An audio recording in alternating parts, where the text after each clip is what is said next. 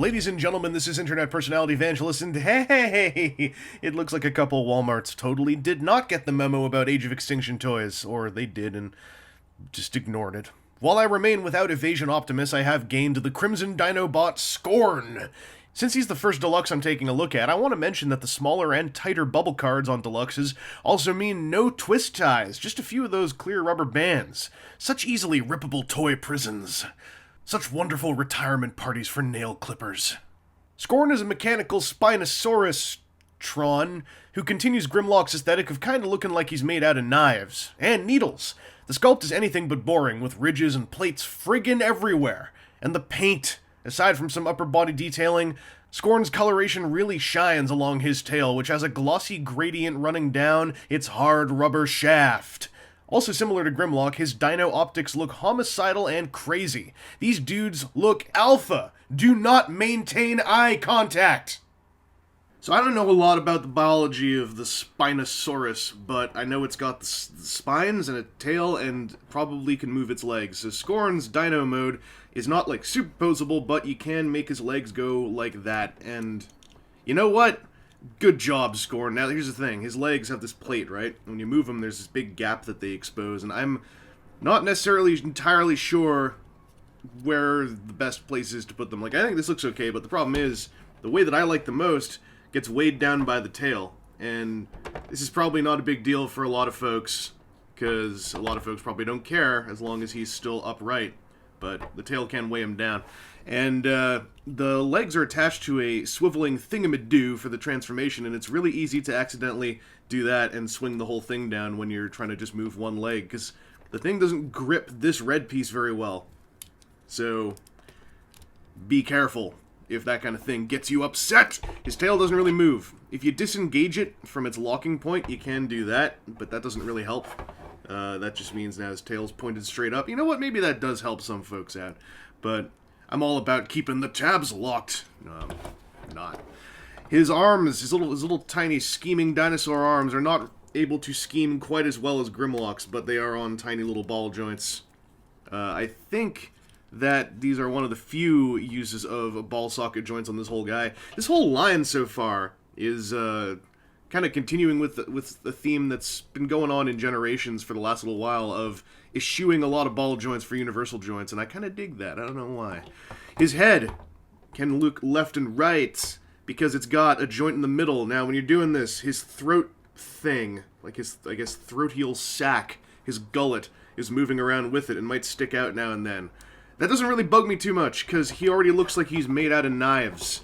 And this goes a little bit farther when, if you want to have his head look up, it can, but then his throat gullet's going to come with it, and it only folds down about that far.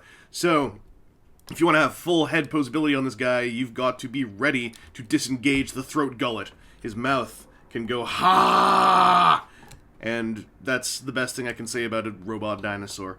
He can't move his eyes, he can't bend the middle of his torso or anything crazy. You can really just have him go like this and open his mouth all excitedly as he looks for food or things to bite. He's a deluxe toy with an alt mode that's kind of posable, and I can respect that. Maybe that makes you mad, but I guess then, you know, I'm trying to put him in a haters gonna hate pose, but this whole thing is falling flat, so I think maybe we should just move on to transforming him.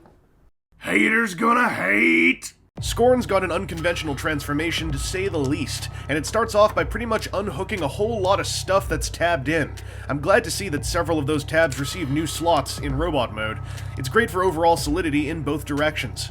A turn at the waist causes a neat touch of automorph before the rest of the bot mode is cleaned up. Scorn's shins pull a very cool trick to bulk out, and that alongside his pointy knight shoes means he adds a lot to avoid being a classic stand and twist beast former.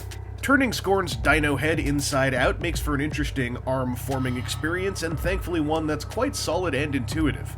One last yank on his robot skull, and this red robot's ready to paint the town red. While Grimlock hovered somewhere in the realms of the Shredder, Digimon, and Dinosaurs, Scorn is more clearly conveying the Knight aesthetic that appears to be the thing for the Movieverse Dinobots. Pointy boots and huge armored shoulders are a good start, but Scorn's head sculpt is a chivalrous thing of beauty. It's a proper angular bucket, with that indescribable specific curvature to its lines, topped off with a great mouthpiece and a mean visor. This is borderline one of the best movieverse head sculpts I've ever seen. Granted, it also hardly looks movieverse. And the rest of his body is badass too. The proportions are nestled comfortably in my sweet spot, having an overall silhouette of a slightly inhuman, highly stylized Knight of the Realm. As much as I like Scorn, he does have two notable robot mode issues. First up is that thing sticking off of his back. It's like a rock'em sock'em joystick. Thankfully, it can be solved, which I'll elaborate on later. He's also got a big gaping hole in his right forearm, but this can also be solved, and I'll show you how right now. Amazing. I don't think this impacts his look very much, other than making his forearm more clearly derived from a dinosaur head. Scorn has a sword hidden inside his lance arm, which pops in and out of its crevice quite snugly. It's a simple little serrated blade, but it completes his look rather well and gives that hand something to do. Oh, poor Scorn, you have a ball-jointed neck, but it doesn't really afford you that much. It turns left and right, kind of like a swivel that's on an angle, and when you try to tilt his head up, there's resistance, and then all of a sudden, blap, he's looking up like this.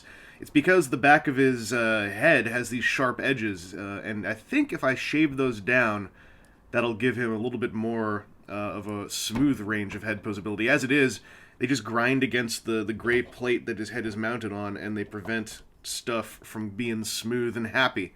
Oh well. Time warp! Hey, guess what? It did totally work. His head now can happily and more smoothly look up and down. So here's what I did. I pulled it forward off the ball socket, and then these things were hard corners before. Now, as you can see, I took this file basically and it was very easy to do, just ground them to be a smoother curve. So I took the corner right off and then smoothed out the bottom so it's not like a hard edge that's kind of like clicking against the gray plate there. Getting his head back on can be tricky. Don't push it down because then it'll recess into the chest and it'll be a bother, because that happened to me. But now his head can look up and down super happily, and it's a tremendously easy modification to do. All you need is, like, even sandpaper, I guess, but just a big, long, hard file, and you'll be good to go. His shoulders are universal joints. Well, they're actually two completely different joints. There's a forward swivel for the whole big chunk, and then inside there's a thing for the gray thing. He's got bicep swivels, all like this and this. His arms are asymmetrical, so I'm kind of bopping left and right between them. His tail arm, or I guess his lance arm, only has one other joint, which is the elbow. And I'm happy there's an elbow on here, because that way he doesn't have to go like, "Dah!" to hit people. He can just nice and calmly point it forward like the Stone Cold Killer that Scorn is. As for this arm, which is all crazy and made out of dinosaur head, it's got an elbow too. That was the side-to-side neck joint in dinosaur mode. The wrist can, I guess, like, diddle in like that if you really want. Like, why? No. His hips, I was mistaken. These are actually on ball joints. For the first evening I owned this guy, for some reason I thought these were universal joints, like a big pin shoved through here and then like just a big pole sticking through his hips. But no, they're straight up ball joints. I could tell because all of a sudden cocaine started coming out of one of them, and that's a telltale sign of a ball joint. So don't sniff that, just use it as the signal that cocaine was always meant to be, as nature intended. When you're moving his hips around, some Scorns may have a problem where this part pops forward like that, because it's really easy to, in moving his hips, move the entire assembly that they're connected to that had folded down, like this whole business. And I did a little bit of plastic shaving and a little bit of thickening of a peg in there. This little square thing, which I don't actually think helped all that much. It was more so tweaking the tightness on either side of his, well, you know...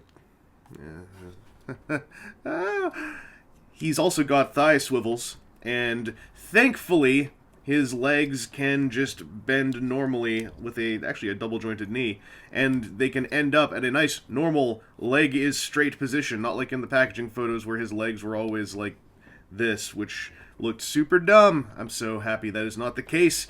His toe can do this, or I guess his foot, his really thin little foot can do this. If you pretend that's his entire foot. This is kind of just like a big spiky boot, and it also accomplishes nothing when you do that. His waist is locked, because I mean there's a thing here that clips in, but you know what? Just unclip it. Now he has a waist joint. I thought this was how he was supposed to work for the longest time. It was only when I checked the instructions and saw there was a thing to lock back here that I realized he's supposed to lock his waist. Don't do that. Why would you lock his poor waist joint? In fact, when you're doing this, what I'd recommend is you take his little dino arms, swing them around like this, and like das.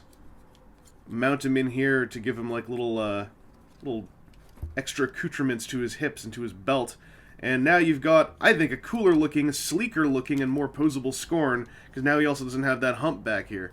So, I don't know. I feel like this is way cooler, and much like Grimlock, it's like he has this whole engineered tab bit designed to lock up a piece of posability, and, maybe that's good for the kids, but for me, I'm happier to have my Scorn with little hands on his hips. Oh, Scorn, you're everything I wanted.